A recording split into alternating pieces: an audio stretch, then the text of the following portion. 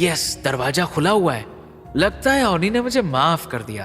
अभी उसे जाकर मिलता हूँ। गौतम ने जब किचन की तरफ देखा तो पाया गीता वहां पर बर्तन निकाल रही थी, जिस वजह से वहां खिटपिट थी।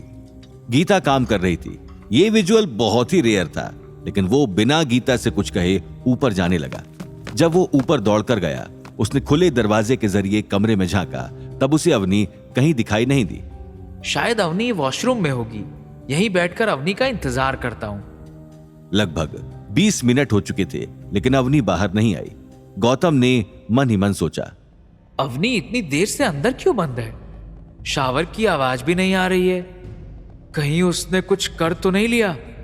गौतम के मन में बुरे ख्याल आ रहे थे, इसलिए वो दौड़कर वॉशरूम की तरफ गया और उसने दरवाजा खटखटाते हुए कहा, अवनी। अंदर से कोई भी आवाज न आने पर गौतम ने दरवाजे को जोर जोर से पीटना शुरू किया। अवनी, मेरी बात सुनो। देखो, मैं तुम्हें एक बात बताना चाहता हूँ। मेरा दीपशिखा और रिया से कोई लेना देना नहीं है। Please trust me. गौतम ने दरवाजे पर 2-3 बार जोर से अपना कंधा दे मारा ताकि दरवाजा खुल जाए, लेकिन वो दरवाजा इतना टाइट था कि वो 2-3 बार जोर से धक्का देने पर भी नहीं खुला।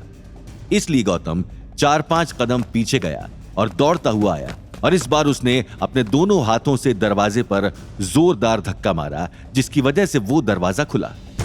लेकिन अंदर का नजारा देखकर तो गौतम हैरान हो गया। ये क्या? यहाँ पर तो अवनी है ही नहीं। कहाँ चली गई?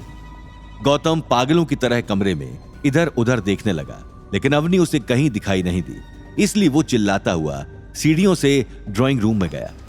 अवनी, अवनी, कहाँ हो तुम? गौतम की आवाज सुनकर अनिल कमरे से बाहर आया और उसने कहा, क्या हुआ गौतम बेटा? क्यों बार बार अवनी का नाम दोहरा रहे हो? आखिर क्या हुआ है? डैडी जी, अवनी अपने कमरे में नहीं है। घर में भी कहीं नहीं दिख रही है। मुझे टेंशन हो रही है। इतनी सुबह कहाँ चली गई वो? अनिल धीमे कदमों से गौतम के पास गया और उसने गौतम को सोफे पर बिठाकर और खुद भी सोफे पर बैठकर कहा, अरे गौतम बेटा, असल में ना तुम्हारी सास नहीं चाहती थी कि अवनी सुबह उठे और दोबारा से तलाक का राग आलापना शुरू कर दे। इसलिए उसने ऑफिस के टाइम से पहले ही अवनी को इस घर से रवाना कर दिया। उसने सुबह सुबह ही अवनी को ऑफिस भेज दिया ताकि वो तुमसे तलाक के बारे में कोई बात न कर पाए। ऐसा बोलकर अनिल अपने कमरे में वापस चला जाता है। वहीं गौतम सोच में पड़ता है कि वो अवनी को कैसे अप्रोच करे। तभी उसकी आंखें पेपर्स पर जाती हैं जो गीता ने कल टेबल पर रखे थे। इस वक्त मुझे कॉन्ट्रैक्ट पेपर साइन करवाने से बेहतर कोई आइडिया नहीं लग रहा है। अगर मेरा काम इस कॉन्ट्रैक्ट पेपर्स को साइन करवा कर हो जाता है तो मुझे क्या फर्क पड़ता है? वैसे इन्होंने इस कॉन्ट्रैक्ट में ऐसा लिखा क्या है जिसके लिए ये लोग पागल हो रहे हैं? असल में कल से हो रहे हंगामे की वजह से गौतम का बिल्कुल मन नहीं हुआ कि वो एक बार भी उस कॉन्ट्रैक्ट पेपर्स को पढ़ ले। अब उसने जब वो कॉन्ट्रैक्ट पेपर उठाया तो उसमें लिखी कंडीशंस को पढ़कर गौतम हैरान हो गया और मन ही मन कहा, ओह अच्छा, तो इसलिए मम्मी जी बार बार इन कॉन्ट्रैक्ट पेपर्स को साइन करवाने पर जोर दे रही हैं। अग्रवाल इंडस्ट्रीज के नाम 80% प्रॉफिट है और इसलिए कल वो दोनों बाप बेटा भी कॉन्ट्रैक्ट पेपर साइन करवाने के पीछे पड़े हुए थे और इसी का ही वो लोग 50% मम्मी जी को देने की बात कर रहे थे। समझ गया।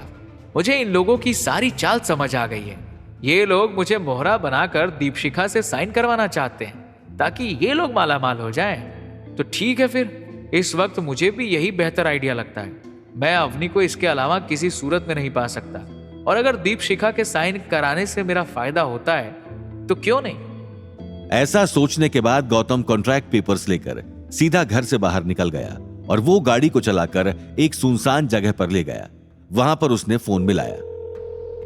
हेलो मुंशी जी, मुझे आपसे एक काम है। देखिए, मेरे पास एक कॉन्ट्रैक्ट पेपर्स हैं जिस पर मैं मित्तल खानदान के ऑथराइज सिग्नेटरी से साइन चाहता हूँ। वैसे मुझे ये सिग्नेचर दीपशिखा से चाहिए थे, लेकिन मैं उससे बार बार मिलना नहीं चाहता, इसीलिए आप ये काम जल्द से जल्द करवाइए। मुंशी जी ने गौतम की बात का जवाब देते हुए कहा, जी छोटे हुकुम, जैसा आप कहें। वैसे बुरा न माने तो एक बात पूछूं? जैसा आपने अभी कहा कि आप दीपशिखा से दोबारा नहीं मिलना चाहते, तो क्या उससे इन दिनों पहले मिले हैं?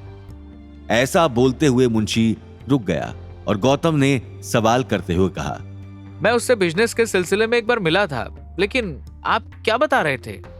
मुंशी जी ने अपनी बात कंटिन्यू करते हुए कहा, नहीं, वो पिछले दिनों मित्तल ग्रुप में कुछ खलबली मची थी और उसके बाद दीपशिखा सीधे जोधपुर के लिए निकल गई। शायद उनका वो कोई घरेलू मामला था या फिर बिजनेस से रिलेटेड। मैं पूरी बात नहीं जानता, छोड़िए।